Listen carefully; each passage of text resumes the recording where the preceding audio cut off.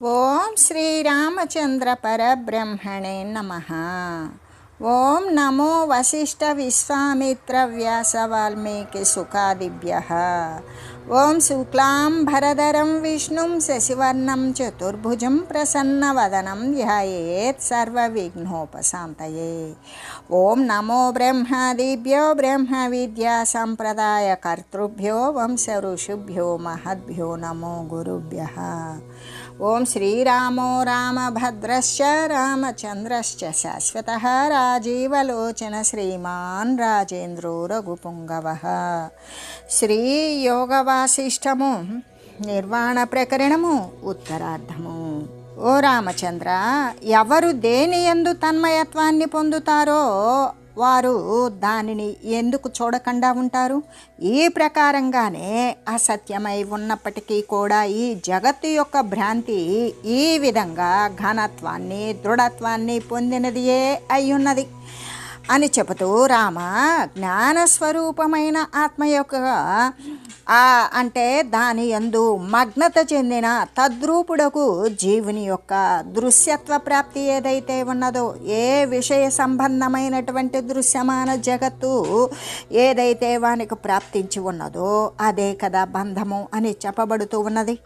ఇంకా కూడా దాని యొక్క దృశ్యత్వము అనేటువంటిది కనుక ఒకవేళ శమించిపోయింది, అదే మోక్షము అని చెప్పబడుతూ ఉన్నది అని తెలియజేయగా అప్పుడు శ్రీరామచంద్రుడు ఇలా అడుగుతూ ఉన్నారు, మహాత్మా, జ్ఞానస్వరూపమైనటువంటి ఆత్మకు దృశ్యత్వము అనేటువంటిది ఎలా శమించిపోతుంది?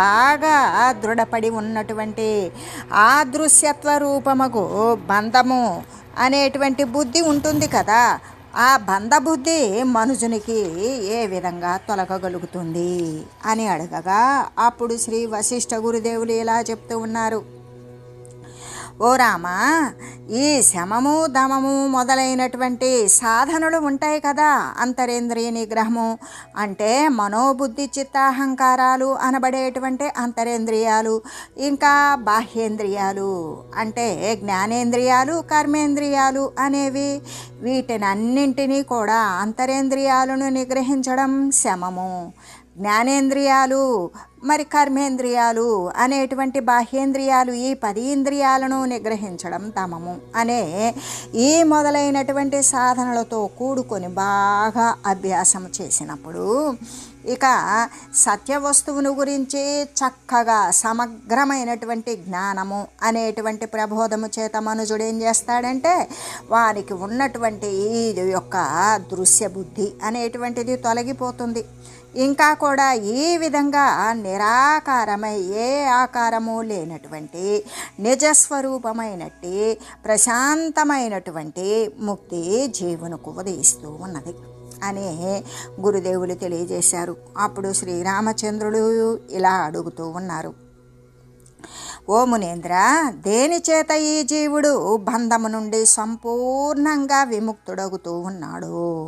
అటువంటి ఆ కేవలంగా అంటే ఆ శుద్ధ శేషరూపమైన ఆ శుద్ధమైన సత్యము మాత్రమే మిగిలి ఉండే రూపమైన బోధస్వరూపమైన జ్ఞానస్వరూపముకు సమగ్రమైనటువంటి సమ్యజ్ఞానము అంటే ఏమిటి అని అడుగగా అప్పుడు శ్రీ వశిష్ఠ గురుదేవులు ఇలాగా చెప్తూ ఉన్నారు, ఓ రామ, జ్ఞానరూపముగు ఆత్మకు దృశ్యత్వము అనేటువంటిది ఎప్పటికీ లేదు.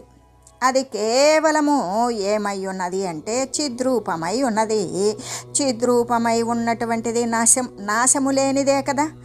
అది నోటితో మాటల రూపేణా చెప్పడానికి సాధ్యము కానీ వాగతీతమై అనిర్వచనీయమై వెలయుచూ ఉంటుంది కదా అనే ఈ విధమైనటువంటి అంతఃకరణమునందు కలిగి ఉండటం బట్టి ఆ బోధయే సమగ్రమైన సమ్యజ్ఞానము అని చెప్పబడుతూ ఉన్నది అని చెప్పగా అప్పుడు శ్రీరామచంద్రుడు ఇలా అడుగుతూ ఉన్నారు, ఏవం చేత్తత్కథమయం జ్ఞానజ్ఞేయాది విభ్రమః సిద్ధః శశి విషాణాభో భవిష్యద్భూత భవ్యశః. మహాత్మా, అలా అయినట్లయితే ఈ యొక్క శశశృంగము అంటే కుందేటి కొమ్ము వంటి ఈ జ్ఞేయము, ఈ కనబడేటువంటి దృశ్య రూప భ్రమ అనేటువంటిది ఎలా సిద్ధించింది? ఇంకా కూడా అది ప్రత్యక్షము మొదలైన ప్రమాణాల చేత జరిగిపోయిన కాలము, జరుగుతూ ఉన్న కాలము, రాబోయే కాలము అంటే భూత భవిష్యత్ వర్తమానాది విభాగాల చేత కూడా ఈ యొక్క వ్యవహారము అనేటువంటిది ఎలా సమర్థమైనది అంటే మహాత్మా, అలా అయినట్లయితే కుందేటు కొమ్ము వంటి, కుందేటు కొమ్ము అనేటువంటిది అసలు కుందేలుకి కొమ్మే ఉండదు. ఎందుకు? వాటి చెవులే నిక్కబడుచుకొని కొమ్ముల్లా కనపడితే కానీ కుందేలుకు కొమ్ములు ఉండవు. అయినా కూడా లేకపోయినా కూడా ఆ పదం అనేటువంటిది శశశృంగము అనేటువంటి పదం వస్తుంది కదా. అలాగే ఇక్కడ ఈ జ్ఞేయ దృశ్య భ్రమ అనేటువంటిది అంటే ఏ దృశ్యమైతే లేదో కానీ లేకపోయినా ఉన్నట్లుగా ఎలా భ్రమ అనేటువంటిది సిద్ధించింది. ఎలాగా?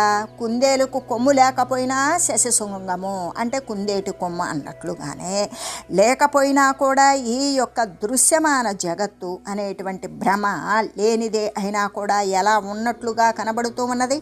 ఇంకా కూడా అది ప్రత్యక్షము మొదలైనటువంటి ప్రమాణాల చేత భూత భవిష్యత్ వర్తమానాది విభాగాల చేత కూడా ఈ కాలం కూడా జరిగిపోయిన కాలమని, రాబో కాలమని, జరుగుతూ ఉన్న కాలమని విభజింపబడడం చేత కూడా ఆ యొక్క వ్యవహారము అనేటువంటిది ఎలా సమర్థమో అయ్యింది అని అడగగా అప్పుడు శ్రీ వశిష్ఠ గురుదేవులు ఇలా చెప్తూ ఉన్నారు. బాహ్యార్ధ్ర భ్రాంతితో జ్ఞేయ భ్రమబుద్ధిరిహోదిత బాహ్యశ్చాభ్యంతరశ్చాదో నా సంభవతి కశ్చన. ఓ రామచంద్ర, ఈ యొక్క పదార్థ అంటే బాహ్య పదార్థ భ్రాంతిని అనుసరించే ఇక్కడ ఈ విషయాకార భ్రమబుద్ధి అనేటువంటిది చెప్పబడి ఉన్నది. అంతేకాని వాస్తవానికి బాహ్యమునందు కానీ అభ్యంతరమునందు కానీ అంటే వెలుపల బయట కూడా ఆత్మ కంటే వేరైనటువంటి ఏ పదార్థము కూడా సంభవించలేదు, సంభవించనేరదు, ఉత్పన్నము కాదు. ఓ రామ, బాహ్య పదార్థ భ్రాంతిని అనుసరించే కదా ఇక్కడ ఈ యొక్క దృశ్యమాన విషయాకార భ్రమబుద్ధి అనేది చెప్పబడింది. అంతేకాని వాస్తవానికి బయట కానీ లోపల కానీ బాహ్యమునందు భావమునందు కూడా ఆత్మ కంటే భిన్నముగా ఏ పదార్థము కూడా సంభవించలేదు అని చెప్పగా అప్పుడు శ్రీరామచంద్రుడు ఇలా అడుగుతూ ఉన్నారు. యోయం ప్రత్యక్ష దృశ్యోద్ధో మునే త్వమహమాదిక భూతాదిరనుభూతాత్మ సకదం నాస్తి మే వద. ఓ మునీశ్వర, నేను, నీవు మొదలైనటువంటి ఈ రూపమైనటువంటిది జీవుడు, శరీరము, పృథ్వీ, మరి జలము, అగ్ని, వాయువు, ఆకాశము మొదలైన స్వరూపమైనది అయ్యుండి ప్రత్యక్షమై అంతేకాదు అనుభవ సిద్ధమై కూడా కనబడుతూ ఉన్నది కదా. అయ్యేటువంటి ఆ కనబడేటువంటిదే అగు ఈ దృశ్య జగత్తు ఎలా లేకుండా ఉన్నదో దానిని గురించి తెలియజేయండి అని ప్రార్థించారు. అంటే ఓ మునీంద్ర, సమస్త ప్రాణులకు కూడా అనుభవ రూపమై ఉన్నది. ప్రత్యక్షమై ఉన్నటువంటి నీవు, నేను మొదలైన ఈ దృశ్య జగత్తు ఎట్లా లేదో నాకు తెలియజేయండి అని ప్రార్థించగా అప్పుడు శ్రీ వశిష్ఠ గురుదేవులు ఇలా చెప్తూ ఉన్నారు. ఆది సర్గ విధావేవ విరాడాత్మాదికో నఘ జాతో న కశ్చిదేవార్దో జ్ఞేయస్యాతో న సంభవ. పాపరహితుడవు ఓ రామచంద్ర, ఆది సృష్టి అందే అంటే సృష్టికి ప్రారంభమునందే విరాట్ రూపము మొదలైన పదార్థము ఏది కూడా ఉత్పన్నము కాలేదు. అలా ఉత్పన్నము కాకుండా ఉన్నందున ఇప్పుడు కూడా ఏ పదార్థము వాస్తవానికి లేకనే ఉన్నదగును. కాబట్టి జ్ఞేయమగు దృశ్య జగత్తు ఎప్పటికీ సంభవించనేరదు, సంభవించలేదు. అంటే లౌకిక దృష్టి చేత ప్రత్యక్షంగా ఉన్నప్పటికీ కూడా ఈ దృశ్య జగత్తు ఈ యొక్క వేదాలతో కూడుకుని శృతి యుక్తులతో బాధితమవుతున్నది. కాబట్టి స్వప్నములాగా అది కూడా అసత్యమే అనేటువంటి అర్థాన్ని స్ఫురింపజేస్తూ ఉన్నది కదా అని చెప్తూ ఓ రామ, అది ఆది సృష్టి అందే బ్రహ్మదేవుడు అంటే విరాట్టు మొదలకు ఏ పదార్థము కూడా ఇదంతా దేని వలన వాస్తవంగా ఉత్పన్నమే కాలేదు అని చెప్పడానికి మాయారూపము అవడము చేత వాస్తవానికి ఉత్పన్నమే కాకుండా ఉన్నది. అంటే మాయారూపము అంటే లేనిదే ఉన్నట్లుగా కనబడి లేకుండా పోవడం, అందుకే అది భ్రాంతి రూపమై ఉన్నది. కాబట్టి ఇప్పుడు కూడా ఏది కూడా లేనిదే అగుతూ ఉన్నది. అందుచేత అసలు దృశ్యము అనేటువంటిది సంభవించలేదు అని చెప్పగా అప్పుడు శ్రీరామచంద్రులు ఇలా అడుగుతూ ఉన్నారు. భవిష్యద్భూత భవ్యస్థ జగద్దృష్టిరియమ్మునే నిత్యానుభూయమానాపి న జాతేతి కిముచ్యతే. ఓ మునీంద్ర, ఈ యొక్క భూత భవిష్యత్ వర్తమాన కాల వ్యవస్థతో కూడినది అయి సమస్త ప్రాణులకును కూడా ప్రత్యక్షంగా సిద్ధమై నిత్యము కూడా అందరి చేత సర్వుల చేత అనుభవింపబడుచూ ఉన్నదే అయినప్పటికీ కూడా ఈ జగత్తు అసలు ఉత్పన్నమే కాలేదు, కాకుండా ఉన్నది అని తమరెందుకు మాట్లాడుతూ ఉన్నారు అంటే అనేక కోట్ల జీవుల యొక్క వస్తువుల యొక్క ఒక్క తత్వజ్ఞానము చేత ఈ యొక్క బాధ అనేటువంటిది, బాధ అంటే నిషేధమే కదా, ఆ బాధ ఎట్లు సంభవిస్తుంది అనేటువంటి అర్థాన్ని స్ఫురింపజేస్తూ అడిగారు. ఎలాగంటే ఓ మునీంద్ర, భూత భవిష్యత్ వర్తమాన కాల వ్యవస్థతో కూడినది సమస్త ప్రాణులకు కూడా ప్రత్యక్ష సిద్ధమై నిత్యము కూడా సర్వుల చేత అనుభవింపబడుచూ ఉన్నదే అయినప్పటికీ కూడా ఈ జగత్తు ఉత్పన్నమే కాలేదు, కాకుండానే ఉన్నది అని తమరు చెబుతూ ఉన్నారు కదా. అంటే ఎలా అవుతుంది? తమరెందుకు అలా చెప్తూ ఉన్నారు? అనేక కోట్ల జీవుల యొక్క వస్తువుల యొక్క ఒక్క తత్వజ్ఞానము చేత అసలు నిషేధము అనేటువంటిది ఎలా సంభవిస్తుంది అని అడగగా అప్పుడు శ్రీ వశిష్ఠ గురుదేవులు ఇలా చెప్తూ ఉన్నారు. స్వప్నార్థ మృగతృష్ణాంభూద్వీన ద్విందు సంకల్పతార్థవత్ మిథ్యా జగదహంత్వం దహంత్వం చ భాతి కేశోండ్రకం యథా. శ్రీ వశిష్ఠులు ఏమని చెప్తూ ఉన్నారంటే, ఓ రామచంద్ర, స్వప్నము, సంకల్ప పదార్థాలు, మృగతృష్ణ, జలము. స్వప్నము అనేది అబద్ధమే, మనందరికీ అది అనుభవయోగ్యమే. ఎలా? స్వప్నాన్ని అనుభవించేటప్పుడు మాత్రమే సత్యముగా కనిపిస్తూ, లేనప్పుడు మెలకువ రాగానే స్వప్నమంతా అబద్ధమైపోతుంది. అలాగే సంకల్ప పదార్థాలు కూడా మానసికమైన సంకల్పాలతో అనేకం సంకల్పించుకుంటాం, వాటిని మనసుతో చూస్తూ ఉంటాం. సంకల్పం మానివేసినాక మనం సంకల్పించిన పదార్థాలు ఏవీ లేవు, అన్నీ అబద్ధాలే. అలాగే మృగతృష్ణ జలము కూడా ఎండమావులలో నీరు ఉన్నట్లుగా కనబడుతుంది. ఆ ఎండ యొక్క అంటే సూర్యకిరణాలు తాపము చేత, వాయువు యొక్క చలనము చేత కూడా నీరు ఉన్నట్టు కదులుతూ అలలుగా కొనసాగుతున్నట్లుగా కనబడుతూ ఉంటుంది. అలాగే అంటే ఎండమాములలో నీళ్లు లేకపోయినా కూడా ఉన్నట్లు కనబడినట్లుగానే అది అబద్ధమే కదా. ద్విచంద్ర భ్రాంతి. ఎవరికైతే కంటి చూపు అనేది సరిగా లేదో 2 చంద్రుళ్ళు కనపడడం వాడికి సత్యమే. కానీ 2 చంద్రులు ఉన్నారా? లేరు. ఉండేటువంటిది ఒకటే చంద్రగ్రహం. అలాగే ఆకాశమందలి కేశాదులు కూడా అదే తిమిర రోగం ఉన్నటువంటి వారికి ఆకాశంలో నుండి వెంట్రుకలు వేలాడినట్లుగా కూడా కనబడుతూ ఉంటాయి.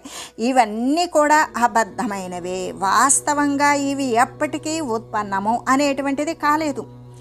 కాకపోయినా ఎలా కనబడుతూ ఉన్నవో, ఎలాగా స్వప్నం ఎలా మెలకువలో అబద్ధమో, సంకల్ప పదార్థాలు సంకల్పం మానివేసినాక ఎలా అబద్ధమో, ఎండమావులలో నీళ్లు లేకనే ఉన్నట్లుగా కనబడుతూ ఉన్నవి వెళ్ళి చూసినప్పుడు లేకుండా ఉండడం అనేది అబద్ధము. అంటే 2 చంద్రులు ఉన్నటువంటి భ్రాంతి కూడా ఎలా అబద్ధమో, ఆకాశము నుండి కేశోండ్రకాలు అంటే ఆ యొక్క వెంట్రుకలు వేలాడుతూ ఉన్నటువంటిది కూడా ఆకాశంలో వెంట్రుకలు పుట్టినవా? అవి కూడా అబద్ధమే. వాస్తవానికి అవి ఉత్పన్నమైనవా? కాలేదు. కాకపోయినా అవి కనబడుతూ ఉన్నవి కదా. అలాగా ఒక జాగరణము చేత లేక యథార్థ జ్ఞానము చేత కానీ అవి అన్నీ ఎలాగా బాధితములవుతూ ఉన్నవు. ఒక్కసారి జ్ఞానమునందు మేల్కొన్నప్పుడు అవన్నీ కూడా యథార్థమైనటువంటి జ్ఞానము చేత అవన్నీ కూడా బాధించబడి మాయగానే కొట్టుకుపోతుంది. కాబట్టి లేకుండా పోయినవి కనబడుతూ ఉన్నా లేకుండానే చేసుకోగలుగుతాడు ఒక్క మెలకువ చేత, జ్ఞానవంతమైన మెలకువ చేత. అట్లే నీవు నేను మొదలైన జగత్తు కూడా ఈ వాస్తవంగా అనేటువంటిది ఉత్పన్నం కాలేదు, కాకపోయినప్పటికీ కూడా కనబడుతుంది. ఇంకా ఒక్క తత్వజ్ఞానము చేత అదంతా కూడా నివారితమే అవుతూ ఉన్నది కదా అని చెబుతూ, అంటే స్వప్న పదార్థంలాగానే ఈ ఎండమాములలో నీరులాగానే రెండు చంద్రులు కనిపించినట్లుగానే సంకల్పించినటువంటి పదార్థాలలాగానే నేత్రదోషము చేత ఆకాశమున కనిపించేటువంటి వెంట్రుకలలాగానే ఈ జగత్తు అహంభావము మిథ్యగానే అబద్ధంగానే కనబడుతూ ఉన్నది అని తెలియజేయగా అప్పుడు శ్రీరామచంద్రుడు ఇలా అడుగుతూ ఉన్నారు. అహంత్వామయామిత్యాది జగజ్జఠరా మప్యలం కథం న జాతం భగవన్ సర్గాదావనభూతిమత్. మహాత్మా, నేను నీవు మొదలైన అనుభవ సిద్ధమైన సమస్త జగత్తు కూడా ఈ సృష్టి ప్రారంభమునందు ఎందుకు ఉత్పన్నము కాలేదు? ఏ యుక్తి చేత ఏ జ్ఞానము చేత అది బాధితమగుతూ ఉన్నది అని అడగగా అప్పుడు శ్రీ వశిష్ఠ గురుదేవులు ఇలా చెప్తూ ఉన్నారు. కారణాధ్యాయతే కార్యం నాణ్యధ్యేత్యేవ నిశ్చయః సర్వోపశాంతౌ జగతముత్పత్తౌ నాస్తి కారణం. ఓ రామ, కారణము నుండే కదా కార్యము అనేది జనిస్తుంది, కానీ మరొక విధంగా అయితే కార్యము అనేది జనించదు. అలా కాదనడం నిశ్చయమే కదా. సృష్టి ప్రారంభమునందు కారణాలు ఉత్పన్నమై మరి కారణాలు శమించి ఉండడాన్ని బట్టి కారణమే లేకపోవడం వలన జగత్తు యొక్క ఉత్పత్తి యందు కారణము లేకుండానే ఉన్నది. కాబట్టి ఈ జగత్తు సృష్టి ఆది యందు ఉత్పన్నము కానిదియే, జనింపకయే ఉన్నదగును అని చెప్పగా శ్రీరామచంద్రులు ఇలా అడుగుతూ ఉన్నారు. మహాప్రళయ సంపత్తౌ శిష్టం యదజ మవ్యయం తత్కదం నామ సర్గస్య న భవేత్ కారణం మునే.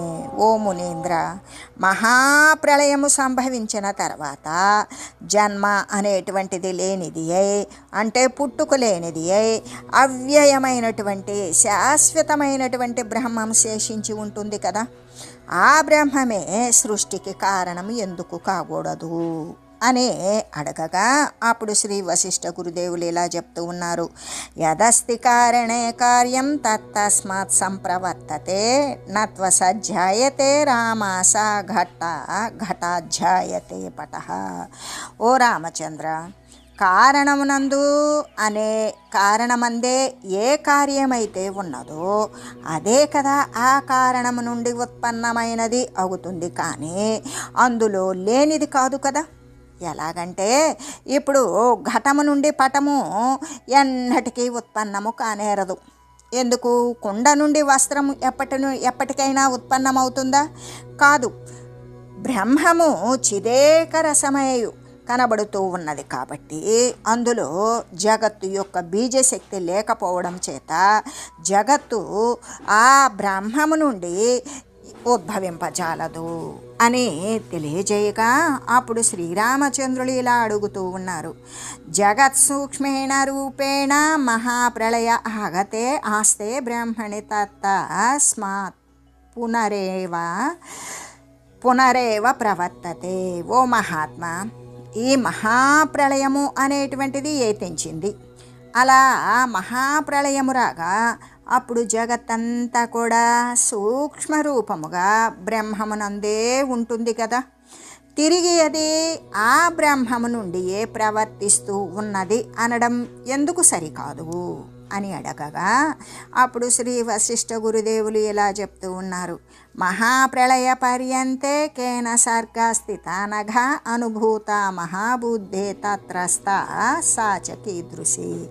పాపరహితుడవును మహాబుద్ధివి అగు ఓ రామచంద్ర, మహాప్రళయమునందు సృష్టి యొక్క బీజసత్తను బ్రహ్మమందు ఎవడు అనుభవించలా.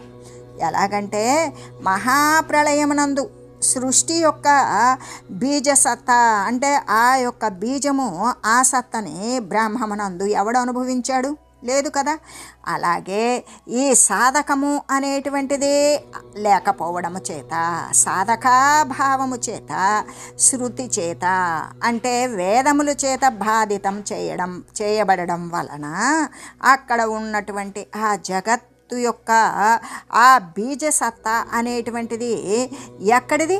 లేదు కదా. వాస్తవానికి అది లేదు అనే కదా భావము అని చెప్పగా అప్పుడు శ్రీరామచంద్రులు ఇలా అడుగుతూ ఉన్నారు. జ్ఞప్తాత్మిక శ్రీస్తత్రస్థ తాదృశేరనుభూయతే వ్యోమాత్మికాతు నా భవేన్నా సత్తామసదేతి.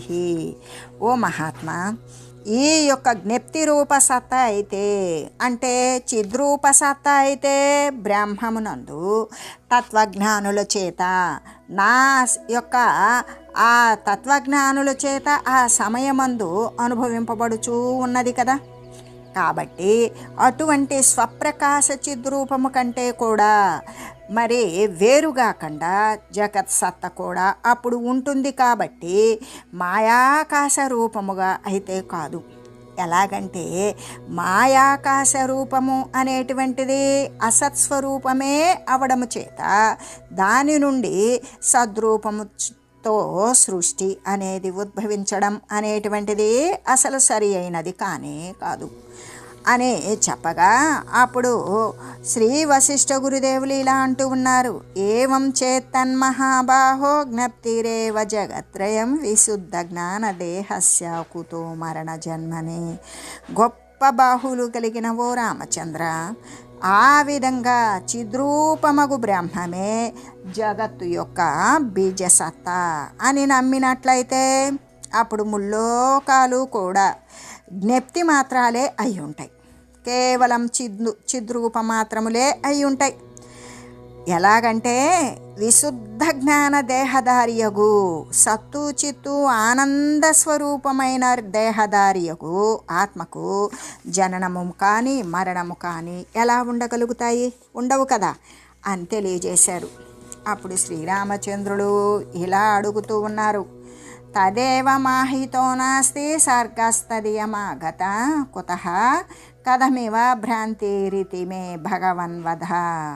ఓ మహాత్మా, సృష్టి మొదటి నుండి కూడా లేకుండా ఉన్నట్లయితే, బ్రహ్మము మాత్రమే ఉండి ఉన్నట్లయితే అప్పుడు ఏ జగద్భ్రాంతి ఏ కారణము చేత వచ్చింది? అసలు సృష్టి మొదటి నుండి లేదు అంటున్నారు, ఆదిలోనే లేదంటున్నారు. అలా లేకపోయినట్లయితే బ్రహ్మము మాత్రమే సర్వే సర్వత్రా సర్వవ్యాపకమై ఏకరసమాత్రమై ఒక్కటి అయ్యి సత్తా సామాన్య స్థితిలో ఒక్కటి అయి ఉన్నట్లయితే అప్పుడు ఈ జగత్తు అనే భ్రాంతి ఏ కారణం చేత వచ్చింది అని అడగగా అప్పుడు శ్రీ వశిష్ఠ గురుదేవులు ఇలా చెప్తూ ఉంటున్నారు. కార్యకారణత భావాద్భావాభావౌస్తా ఏవనో ఇదం చ చేత్యతే యద్యత్ స్వాత్మ చేతతి చేతితం. ఓ రామచంద్ర, బ్రహ్మమందు కార్యకారణత్వం యొక్క అభావమునందు సృష్టి కానీ ప్రళయాలు కానీ లేనే లేవు. ఎలాగా అంటే అసలు పరబ్రహ్మమునందు కార్యము లేదు, కార్యానికి మూలమైన కారణత్వము లేదు. అసలు ఈ యొక్క కార్యకారణత్వము అనేటువంటిది లేకపోవడం చేత సృష్టి లేదు, నశింపు లేనే లేవు. అయితే ఈ జగత్తు తెలియబడుచూ ఉన్నదో, ఎవని చేత ఎరుగబడుచూ ఉన్నదో, ఎరుక అంటే దేని చేత ఎరుక ఏదైతే ఉన్నదో, తెలిసేటువంటిది ఏదైతే ఉన్నదో అదే కదా త్రిపుటి. జ్ఞాత, జ్ఞానము, జ్ఞేయము రూపములో ఉన్నటువంటి త్రిపుటి ఆ ఎరుకే. అదంతా కూడా స్వాత్మయకు బ్రహ్మమే అయి ఉన్నది అని చెప్పగా శ్రీరామచంద్రుడు మళ్ళీ ఇలా అడుగుతూ ఉన్నారు. చేతిత చేతతి యంత్రం ద్రష్ట దృశ్యత్వమీశ్వర కథమేతి కథం వహ్నిం తదే దహేత్ కాష్టం కథ కిల. ఓ మహాత్మా, యంత్రములాగానే జడమైనటువంటి మరి కార్యకారణ సంఘాతము ఎలాంటిది అంటే శరీరము ఇంద్రియాదుల యొక్క చేతనంలాగానే ఎరుగుననటం అనేటువంటిది సర్వద్రష్ట అయినటువంటి ఈశ్వరుడు ఆ పరమాత్మ జడమగు దృశ్య రూపత్వాన్ని పొందుననుట అనేటువంటిది విపరీతంగానే ఉన్నది కదా.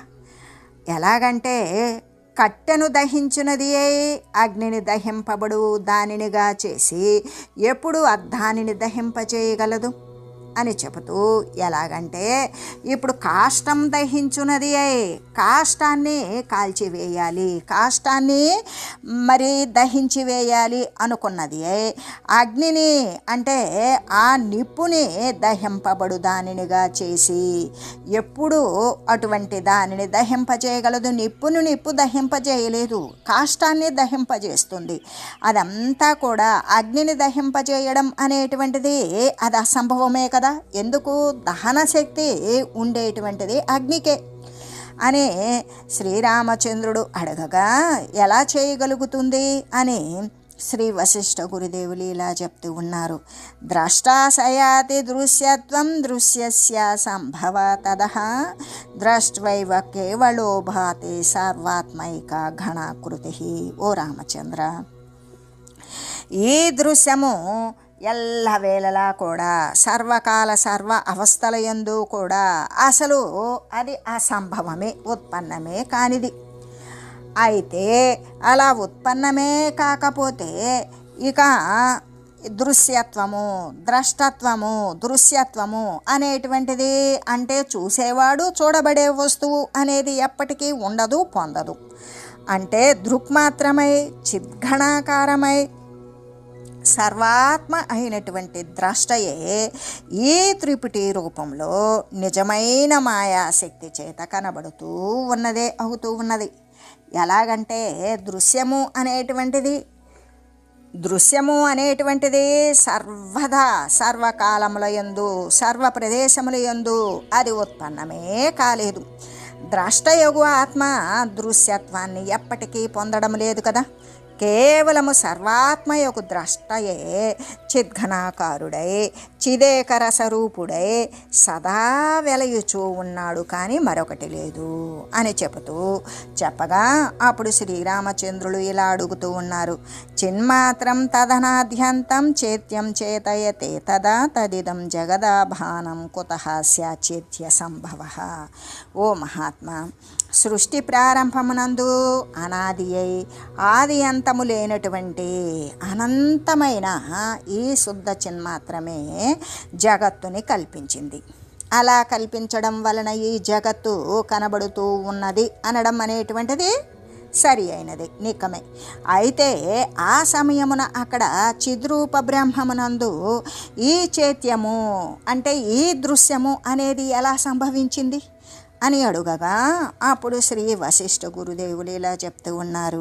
చేత్యం హి కారణాభావాన్న సంభవతి కించన చేత్యాభావేచ్య తనస్య ముక్తత వాచ్యత సదా.